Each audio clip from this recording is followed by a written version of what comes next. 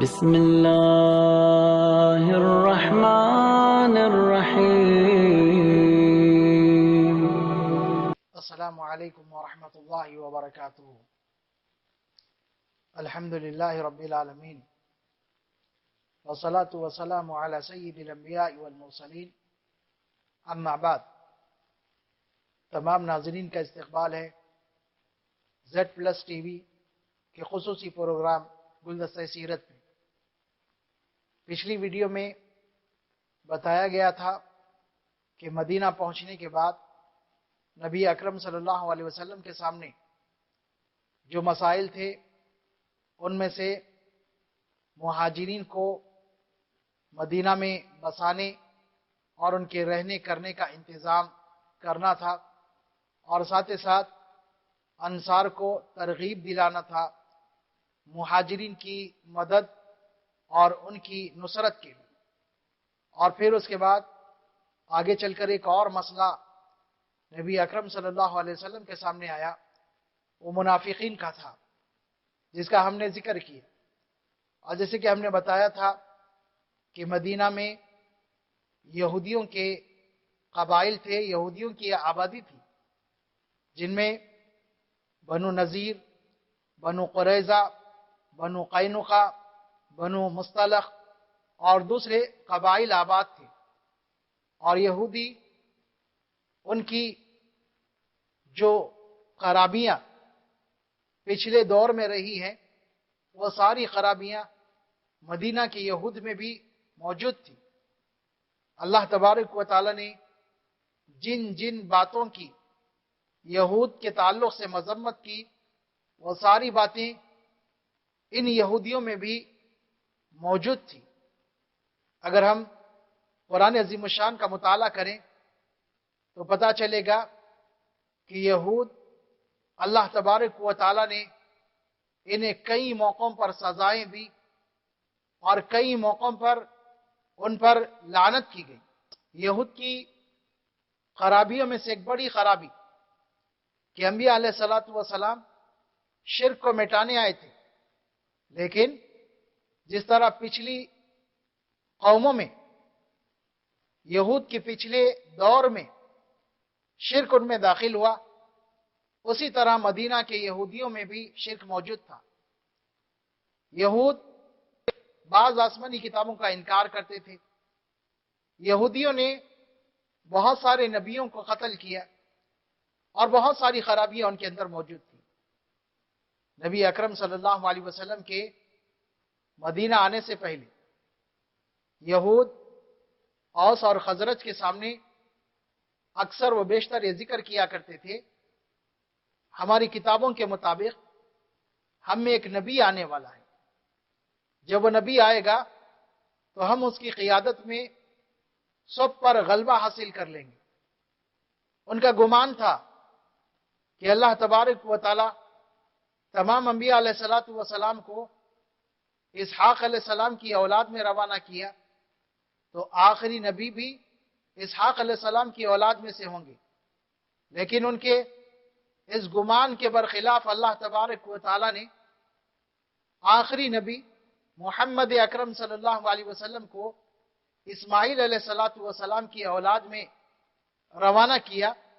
تو اس وجہ سے وہ حسد کیا کرتے تھے اور غصے میں رہتے تھے کہ ہمارے نسل میں آخری نبی نہیں ہے، اس لیے انہوں نے آپ کو ماننے سے انکار کر دیا.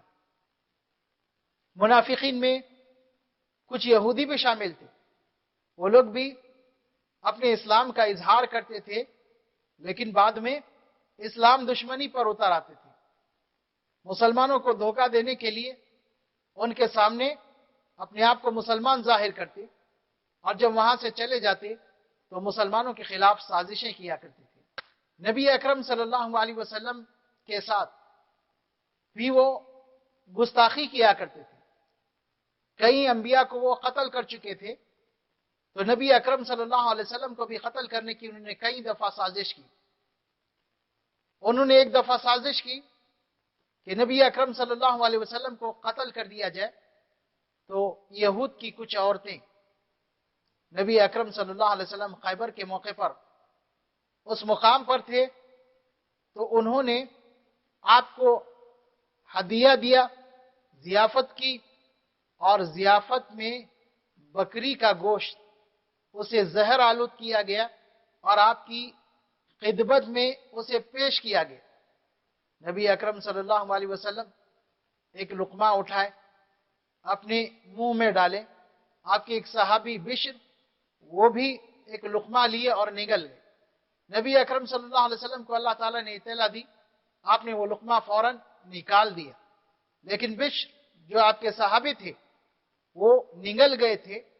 نبی اکرم صلی اللہ علیہ وسلم نے اس واقعے کے بعد جو عورت ضیافت کی تھی آپ کی، اس کو بلاتے ہیں تو وہ اقرار کرتی ہیں کہ ہاں ہم نے اس طرح کیا، تو اس وقت آپ صلی اللہ علیہ وسلم نے اسے چھوڑ دیا۔ لیکن جو آپ کے ساتھی تھے، آپ کے صحابی تھے، وہ مسلسل بیمار رہنے لگے۔ تقریباً 1 سال کے بعد وہ اسی وجہ سے انتقال کر جاتے ہیں، اسی زہر کی وجہ سے انتقال کر جاتے ہیں۔ تو نبی اکرم صلی اللہ علیہ وسلم بھی قصاص میں اس عورت کو قتل کر دیتے ہیں۔ نبی اکرم صلی اللہ علیہ وسلم کے آخری ایام چل رہے ہیں اور آپ مرض میں مبتلا ہیں۔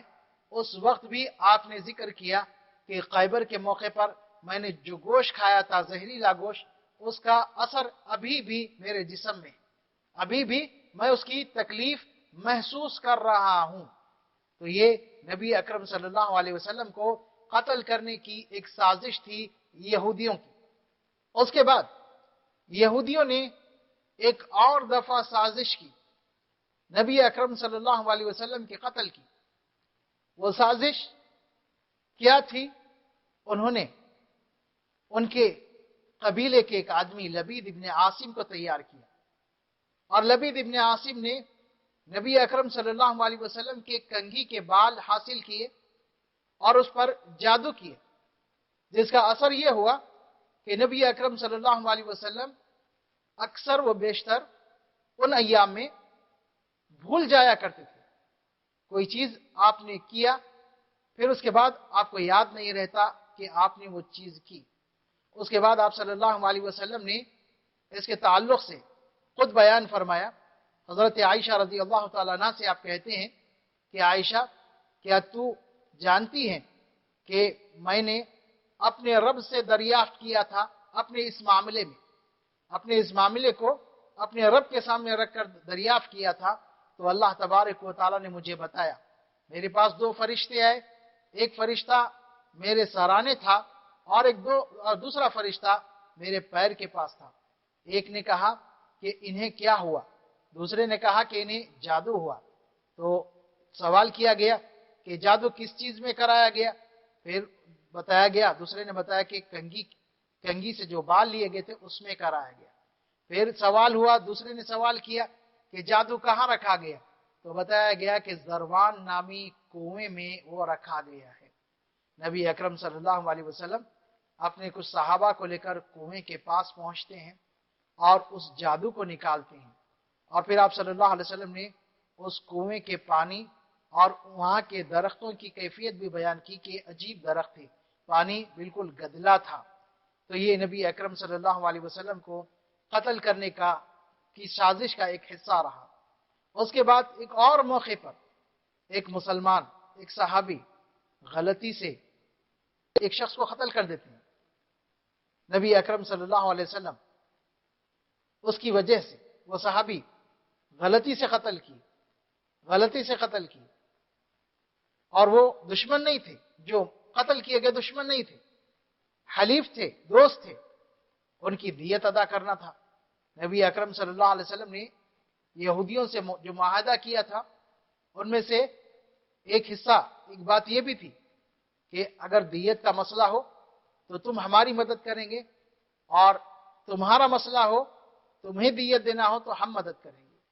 تو نبی اکرم صلی اللہ علیہ وسلم نے دیت کی ادائیگی کے لیے یہود کے بستی میں گئے، ان لوگوں سے بات چیت کی، تو ان لوگوں نے آپ کو ایک چبوترے پر بٹھایا اور ایک شخص کو تیار کیا کہ وہ اوپر دیوار پر چڑھے اور چکی کا ایک پارٹ آپ کے اوپر گرا دے جس سے آپ کا خاتمہ ہو جائے۔